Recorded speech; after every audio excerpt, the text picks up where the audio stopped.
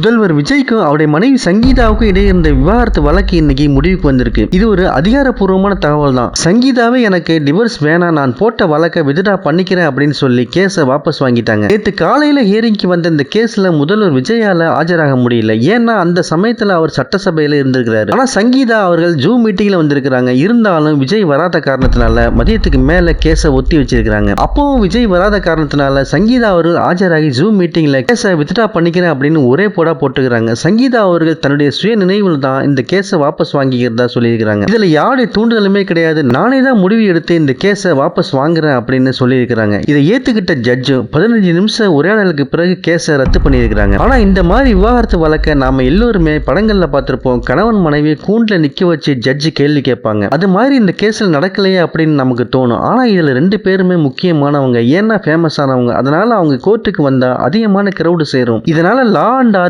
Problem வரும். அது மட்டும் இல்லாம பிரைவசி ப்ராப்ளம் வரும். இந்த காரணத்துக்காக தான் அவங்க ஜூம் மீட்டிங் மூலமா இந்த கேஸை நடத்தி இருக்கிறாங்க. சங்கீதா எதுக்காக ஃபாரின்ல இருக்கிறாங்க அப்படின்ற கேள்வி நம்ம எல்லோருக்குமே வரும். அவங்க பிறந்ததுல இருந்தே லண்டன்ல தான் இருக்கிறாங்க. அங்கேயே பிறந்து வளர்ந்து எஜுகேஷனை முடிச்சுட்டு அங்க தான் இருக்கிறாங்க. சங்கீதாவுடைய அப்பா ஸ்ரீலங்காவை சேர்ந்தவர். அவர் ஸ்ரீலங்காவில இருந்து லண்டனுக்கு இடம்பெயர்ந்து அங்கேயே வாழ்ந்து பல கோடி சொத்துக்களை தொழில் செய்து உருவாக்கி இருக்கிறாரு. அவங்க அப்பா real estate, health care, paramedical அப்படின்ற இந்த மாதிரி இண்டஸ்ட்ரியில நல்ல கை தேர்ந்தவர்னு சொல்றாங்க. 2020 சங்கீதாவும் விஜய் அவர்களும் ஒன்னா சேர்ந்து மாஸ்டர் ஆடியோ லான்ச்ல பங்கேற்று இருக்கிறாங்க. அதுதான் அவங்களுடைய கடைசி பப்ளிக் அப்பியரன்ஸ். அதுக்கு பிறகு வந்த படங்கள்ல இவங்க 2 பேருமே எந்த ஒரு ஆடியோ லான்ச்லயும் பங்கேற்கல. அதுக்கு பிறகு விஜய் என்ட்ரியான பாலிடிக்ஸ்லயும் அவருடைய பங்கு எதுவுமே இல்ல. கடைசியா பிப்ரவரியில தான் அவங்க டிவோர்ஸ் கேட்டு கோர்ட் படியேறி இருக்கிறாங்க. இப்போ அவங்களே எனக்கு விவாகரத்து வேணாம்னு சொல்லிட்டு வாபஸ் வாங்கி இருக்கிறாங்க. எனவே 2 பேருமே சேர்ந்து வாழ்ந்தா பல பேருடைய அவதூறான பேச்சில இருந்து விடுபட்டு கண்ணியமான முறையில இருக்கலாம். திரிசா அப்படின்ற ஒரு பேய் மட்டும் இவங்க 2 பேருக்கு இடையில என்ட்ரி ஆகாம இருக்கணும். இதை பத்தி நீங்க என்ன நினைக்கிறீங்க அப்படின்றத கமெண்ட்ல சொல்லுங்க.